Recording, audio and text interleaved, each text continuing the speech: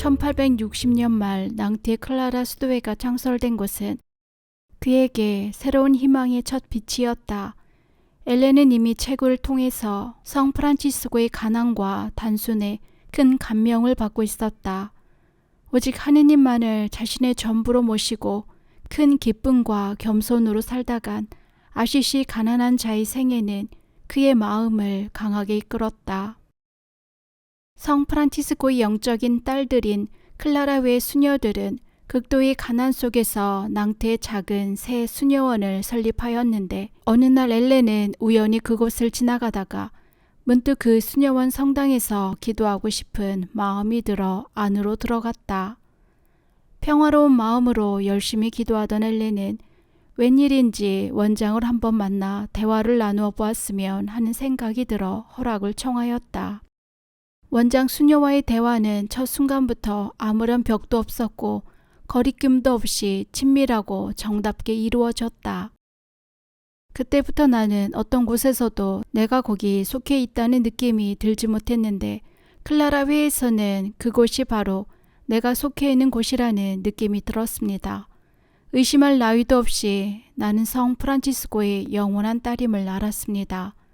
그 여러 가지 일들이 일어났고 나는 다른 길을 가야 했지만 그것은 순종하기 위한 것이었고 언제나 내 마음은 성 프란치스코의 딸로 머물러 있었습니다. 엘렌이 후에 이렇게 회상하고 있듯이 이 만남은 그의 일생에 잊을 수 없는 순간이 되었다. 원장은 엘렌에게 성령 클라라의 유물과 정기를 주면서 그의 성소에 관한 모든 문제를 낭테의 작금의 주교님과 상의하라고 조언을 해주었다. 그 주교는 엘렌의 가족을 잘 알고 있었고 높은 명망만큼이나 실제로 거룩하게 사는 사람이었다. 그 무렵 이탈리아에서는 전국을 통일하기 위한 전쟁이 일어나 빅톨 엠마누엘이 이끄는 군대에 의해 교황령이 공격을 당하고 있었다. 교황직과 교황령을 수호하기 위한 교회의 충성심은 많은 지원군을 일으켰다. 영국, 아일랜드, 스페인, 오스트리아 그리고 멀리 미국에서까지 젊은이들이 교황을 위해 투쟁하고자 모여들고 있었고 교회에 대한 충실에 있어 전통적으로 열성을 발휘해온 브르타뉴에서도 역시 지원군이 조직되었다. 주교는 그러한 일들로 인하여 매우 바쁘게 활동하고 있었다. 지원군은 용맹하였지만 훈련된 혁명군에 저항하기에는 힘이 약하였다. 로마를 제외하고 교황령은 이탈리아 왕국에 합병되고 말았다. 교황님에 대한 사랑이 남달리 컸던 엘렌은 교황님의 고통에 깊이 동참하여 기도와 희생을 바치고 있었다. 어릴 때부터 지니고 있던 왕에 대한 존경심은 그가 성장하는 동안 차츰 그리스도의 지상 대리자인 교황님께 대한 충성심으로 변모되고 있었던 것이다. 또 하나의 잔다르크가 되어 목숨을 다해 충성하고 싶었던 것이 어린 시절의 꿈이 아니었던가. 이제 거기서 한 걸음 더 발전한 성숙한 충성심으로 그는 하느님께서 원하시는 방법으로 자신의 일생을 교황님과 교회를 위해 희생을 바칠 수 있기를 갈망하였다. 이것은 그의 생애를 일관하는 특별한 정열이었다. 오직 하느님만이 교황님이 나에게 있어 어떤 의미를 지니는지 아십니다. 교황님 안에서 나는 주님 자신을 봅니다. 내 마음속에 있는 교황님께 대한 사랑은 그 누구도 이해할 수 없습니다. 엘렌은 말보다 우선 즉시 실천하기를 원하였다. 언제나 주님과 그분의 대리자에게 순종함으로써 그 순종의 빛 속에 나타나는 하느님의 뜻을 따르고자 했던 엘렌은 교황님을 위한 자신의 봉헌과 성소 문제에 대한 조언을 구하기 위하여 주교와 상의하러 갔다. 주교는 엘렌에게 무릎을 꿇도록 명하고는 큰 십자가를 주며 말했다. 나는 너를 위해 많은 기도를 바쳐왔다. 하느님이 내 앞에 무엇을 준비해 놓고 계시는지 알 수 없지만 많은 시련을 위해 준비해야 한다는 것은 분명하다.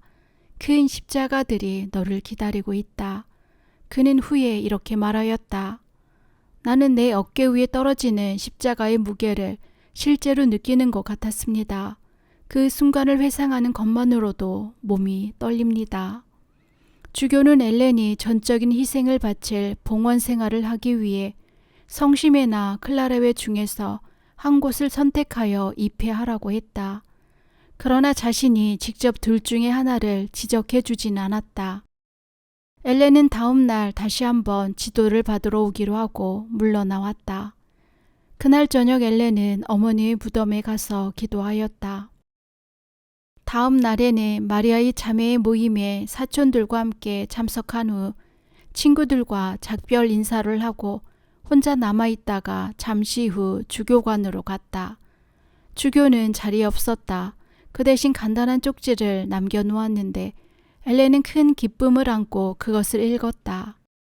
클라라 회에 가라고 적혀 있었던 것이다. 마침내 엘렌은 클라라 회의 문을 두드렸고 미리 연락을 받은 원장과 수녀들은 관습대로 십자가를 주면서 끈기를 가지시기 바랍니다 라는 말로 환영하였다. 거룩한 끈기, 그렇다. 가난하고 거룩한 집에서 드러나지 않는 생활을 하며 침묵 속에 하느님 안에만 묻혀 사는 것, 그리고 교회와 교황님과 온 세상을 위해 기도하고 희생하며 살다 죽는 것. 그것이 엘렌이 바라는 모든 것이었다. 그곳에서의 생활이 자신에 대한 하느님의 계획을 준비하기 위한 필수적인 한 부분일 뿐임을 알 리 없었던 이 새로운 청원자는 아름답고도 순수한 희망에 가득 차 있었다. 수녀원에서의 생활은 나의 기대를 능가했습니다. 거기서 나는 어떤 작은 일이라도 모두 하느님을 위해 할 수 있음을 발견했습니다. 이렇게 회상하고 있는 바와 같이 이 시기에는 그의 생애의 끝날까지 아름답고 그리운 꿈으로 남아 있었으며 마치 미리 맛보는 천국의 행복과도 같은 순수한 기쁨의 시간이었다. 클라레 수도의 특징인 관상적인 성소와 성 프란치스코의 정신은 엘렌 드 사푸땡이 후에 창립하게 될 마리아 정교회 프란치스코 수도의 여러 특징 가운데 아마 가장 필수적인 특성이 될 것이었다.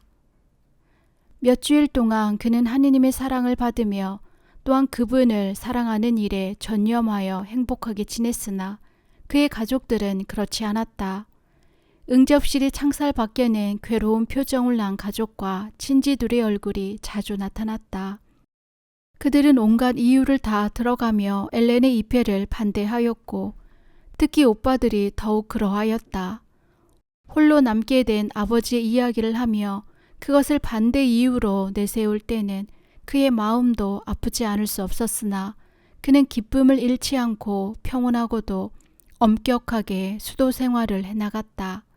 1861년 1월 23일 매우 추운 날이었는데 엘렌은 정해진 영적 독서 시간에 순종에 관한 책을 가지러 성당으로 갔다. 성당 앞에 무릎을 꿇는 순간 갑자기 뚜렷하게 들려오는 놀라운 목소리가 있었다. 교황님을 대신하여 십자가에 못 박히기를 원하느냐. 내 육신의 귀로 들었는지 마음으로 들었는지 잘 모르지만 교황님을 대신하여 십자가에 못 박히기를 원하느냐 하는 소리를 명백히 들었습니다. 나는 단순하게 즉시 물리적인 십자가를 떠올렸습니다. 십자가, 못 박힘 등이 마음속에 떠오르면서 아주 무서워졌던 것 같습니다. 그러나 감히 아니요? 라고 답할 수가 없었습니다. 그래서 말로 했는지 혹은 머리를 숙였는지 모르지만 예 라고 대답을 했습니다. 그러자 나를 축성하는 듯이 이러한 말씀, 이러한 이름이 내 위에 내렸습니다. 십자가에 못 박히신 예수님의 제물인 마리아. 그때부터 이 이름은 온갖 인간적인 의지를 넘어서는 하늘이 주신 이름이 되었다고 믿습니다. 이 이름은 나의 성소이자 나의 미래를 예시하는 것이었습니다. 나는 하느님의 사랑에 압도되었고 내가 느낀 그 사랑이 하도 강렬하여 이를 견디어내는 것이 불가능하게 느껴질 정도였습니다. 내가 죽든지 아니면 이 사랑이 줄어들든지 해야 할 것만 같았습니다. 얼마 지나지 않아 이 성소는 실현되기 시작하였다. 그 강렬한 체험으로 인한 심리적 동요가 너무 컸던 탓인지 엘렌은 갑자기 병을 얻어 자리에 눕게 되었다.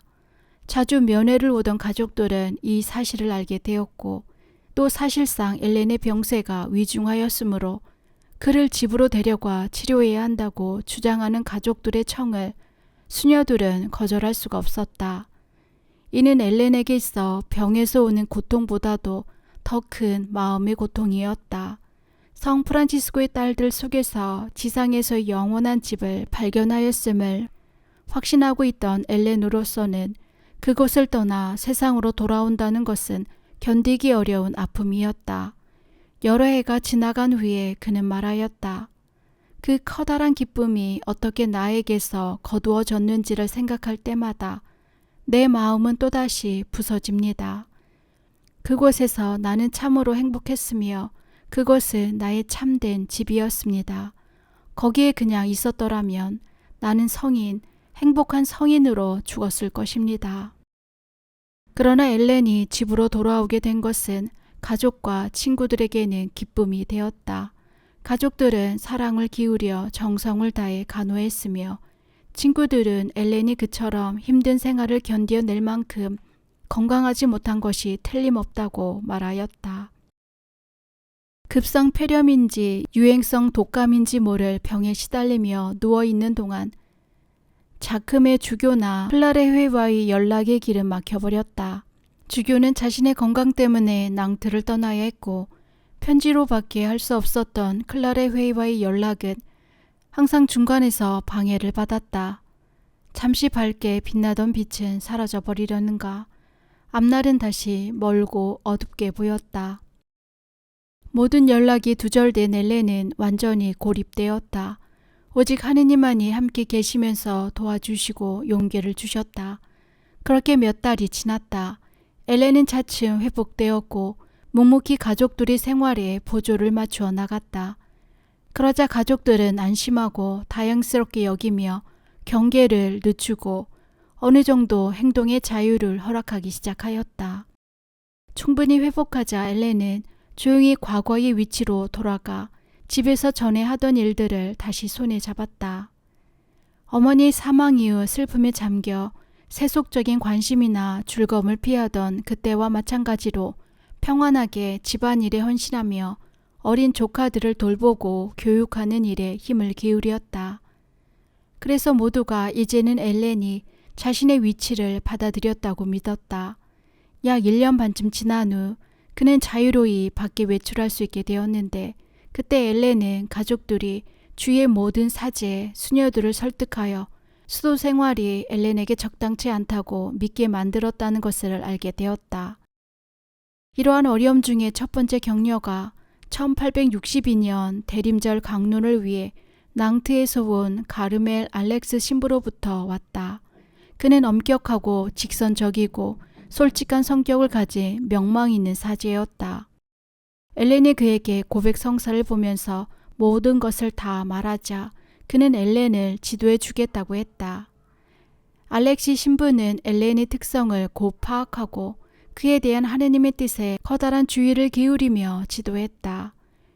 여러 가지 지도 가운데 하나는 다시 고행하도록 명한 것이었는데 고행 도구들까지 준비해 주었다. 엘렌은 가족들에게 들키지 않도록 그것을 사용하기 위해 매우 조심해야 했다. 그리고 알렉시 신부가 정해준 영적 독서책 중에는 시에네의 성녀 카타리나의 전기도 있었는데 교회와 교황님에 대한 사랑 때문에 엘렌은 그 성녀를 더욱 가까이 느꼈다. 이듬해 봄에 오빠 샤를르는 결혼을 하였다. 물론 엘렌이 어머니를 대신해 모든 준비를 하였다.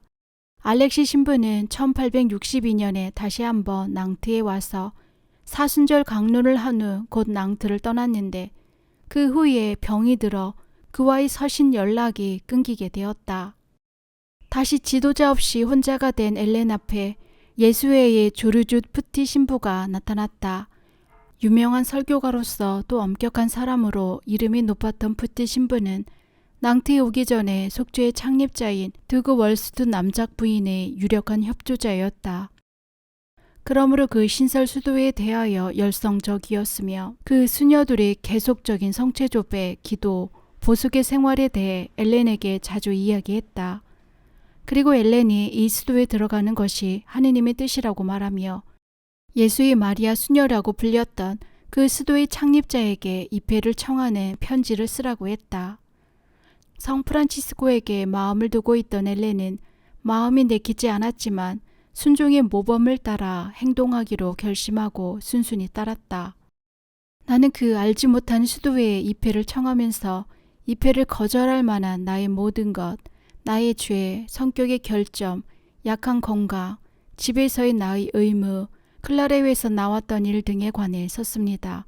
그리고 나서 기다렸습니다. 클라레회에서 나왔다는 것은 입회를 거절하게 하려고 한 말이었으나 오히려 그것이 실수였다. 그에 대한 조회를 받은 클라레회에서는 엘렌을 높이 칭찬하는 말들을 속죄회에 보냈던 것이다. 이는 1863년 3월 초의 일이었다. 그런데 푸티 신부는 갑자기 위험한 병에 걸려 14일에 세상을 떠나고 말았다. 그래서 그에게 온 엘렌의 입회 허락 편지는 예수의 원장 신부가 받아보게 되었는데 그는 엘렌의 수도 성소에 대해 몹시 반대하고 있던 사람이었다. 엘렌이 두렵고 떨리는 마음으로 그 원장에게 갔을 때 그는 평소와 다름없이 냉정하게 대하였으나 편지가 와 있음은 시인하였다. 편지를 태우려던 참인데 마침 찾아오다니 참 신기하군. 편지에는 입회를 허락하는 말과 함께 5월에 파리에 있는 수녀원으로 오라는 내용이 적혀 있었다. 그 원장 신부는 반대를 거두었고 가까운 친지들은 엘렌의 출발에 대해 슬퍼하였다. 그러나 엘렌의 끈질긴 열성에 감동하여 그를 더는 새 속에 붙잡아 두려는 생각은 포기하고 있었다. 오빠 샤를르와 올케는 어린 아들과 함께 낭태에 살고 있었으므로 그들이 병든 아버지와 루이지 두 딸을 돌볼 수 있을 것이다. 엘렌은 어린 조카들과 낙심하고 있는 아버지를 두고 떠나는 것이 마음 아팠지만 조용히 모든 것을 정리하기 시작하였다.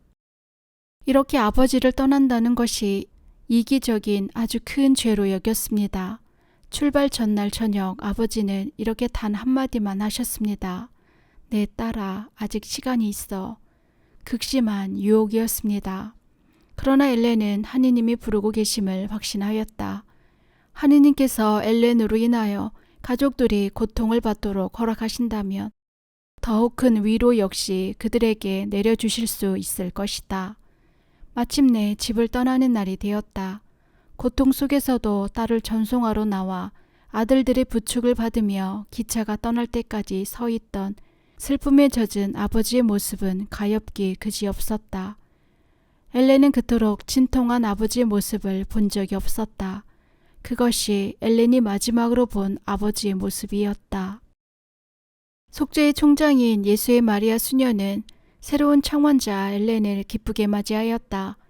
엘렌은 자기 앞에 펼쳐진 수도 생활을 바라보며 오직 한 가지만을 마음속에 지니고 있었다. 그것은 모든 열성과 사랑을 다해 주님을 사랑하고 싶은 갈망이었다. 그분을 위해서라면 자신을 다 바치고 싶었다.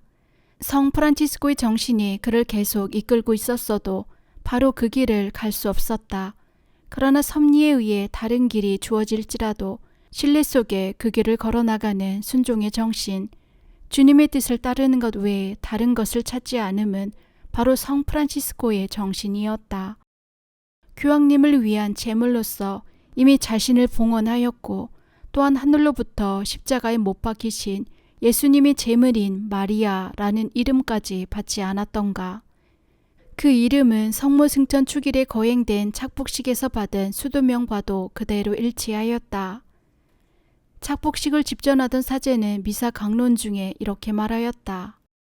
하느님께서 그 선하심으로 당신에게 주시는 마리드라 빠시용이란 이름에 합당하게 살아가십시오. 마리드라 빠시용은 수련 기간을 똘르주에 있는 수련원에서 지내게 되었다. 거기서 수도 생활의 기쁨과 어려움을 배우고 묵상과 기도, 순종과 자기를 잇는 덕을 쌓으면서 지냈다. 무엇보다 가장 귀중한 것은 매일매일 현시된 성체 앞에서 조배하는 것이었다.